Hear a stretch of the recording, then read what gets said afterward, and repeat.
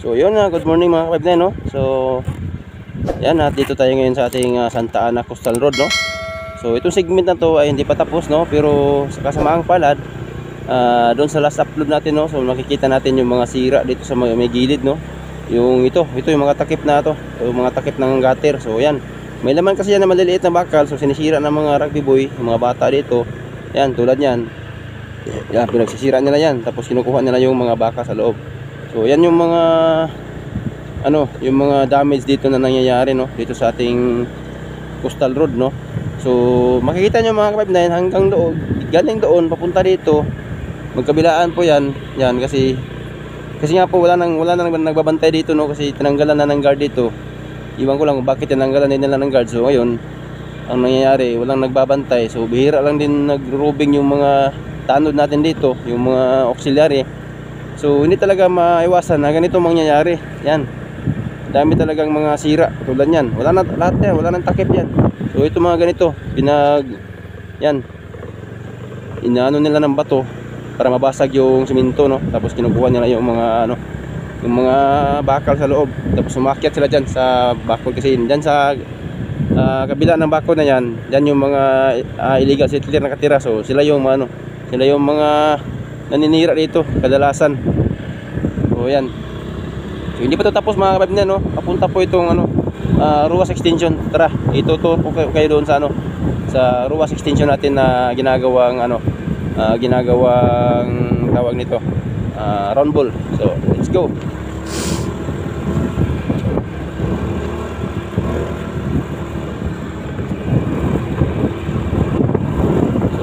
Mga kapatid, dito banda so far ito paano hindi nila ginagalaw no. Bali yung mga tao dito hindi sila katulad ng mga tao doon na sinisira yung mga takip dito no, tulad yan. So, may mga takip pa kompleto pa siya, so hindi sira, walang sira. So doon lang talaga banda yung marami no, maraming sinisira. So yan, at malapit na tayo sa may Ruas extension. Makikita natin yung doon, yung ginagawang round ball ng ating coastal road. So pa-exit naman po yan papuntang Ruas extension mga ka-5 no, yung round ball yan. At saka pag nagdugtong na yung tulay dyan sa may Bukana, so yan, pwede na siya ma-open papuntang Times Beach, papuntang Matina Playa. So magkarugtong na po sila. So ayun, actually papunta tayong duty. So dito tayo dumaan, papunta tayong duty ngayon. So naka-duty tayo ngayon sa may BPI bangko no, may bangko MacArthur branch. So dito lang tayo dumaan mga kapatid para mapasilip ko sa inyo no, yung mga update dito banda. Ayan, so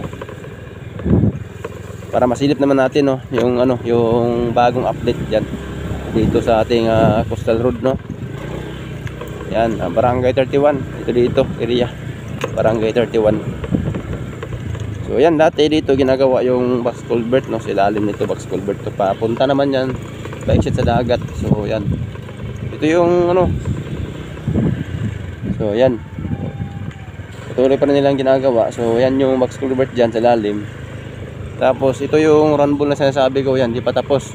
So makikita nyo mga kapatid, kasi yung laki siya yata ng round ball natin sa may Times Beach. So yun, so pa-exit naman ito.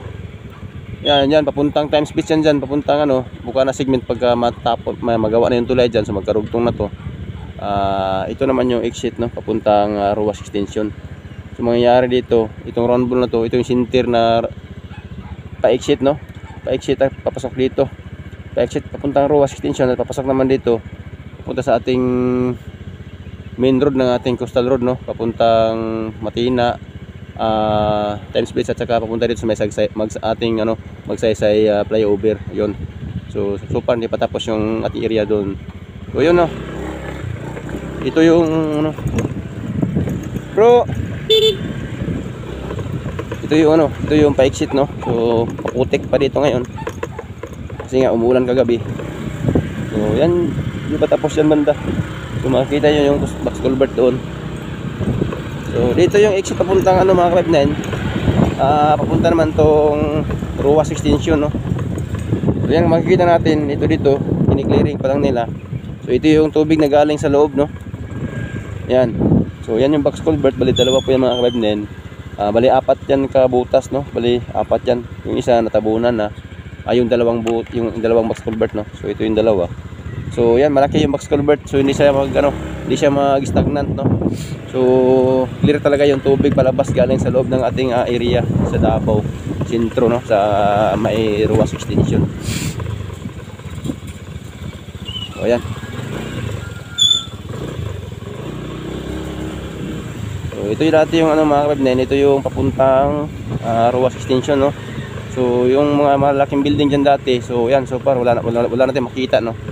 So meron pa tayong isa, so siguro hindi pa siya na demolish, hindi pa siya nabasag. Pero papalagay ko parang sinimulan na rin. So ayan, no, kita natin yung box culvert galing doon papunta dito. So ang laki. So napaka-clear talaga ng ito, pabasag-basag na rin to. Babasagin din tong bahay na to. So ayan, clearing pa rin to papunta dito. Yan. So laki nang mawala. Yan, no. Ilan na lang yung bahay na natira. Yan, makikita nyo. Yan, tsaka yun, yung mga lalaki na natira. So sa huling update natin, may mga bahay pa to dito. Marami pa, pero ngayon wala na. Sinimulan na nilang nagsialisa na sila kasi nga tatamaan sila ng project, no. So yun, ito yung ito yung update natin dito. So bali di tayo pwede makalabas dyan kasi nga naka-close pa yan. So ikot tayo dun sa kabila. So yan mga kabaybnen, no. At least napasilip ko sa inyo kung ano yung mga update dito sa ating ginagawang Ruas Extension, no, papuntang Davao Coastal Road project. So yan, tara, pasilip lang naman yung mga kabaybnen. So at least na may update tayo kunti dyan banda, no. So let's go.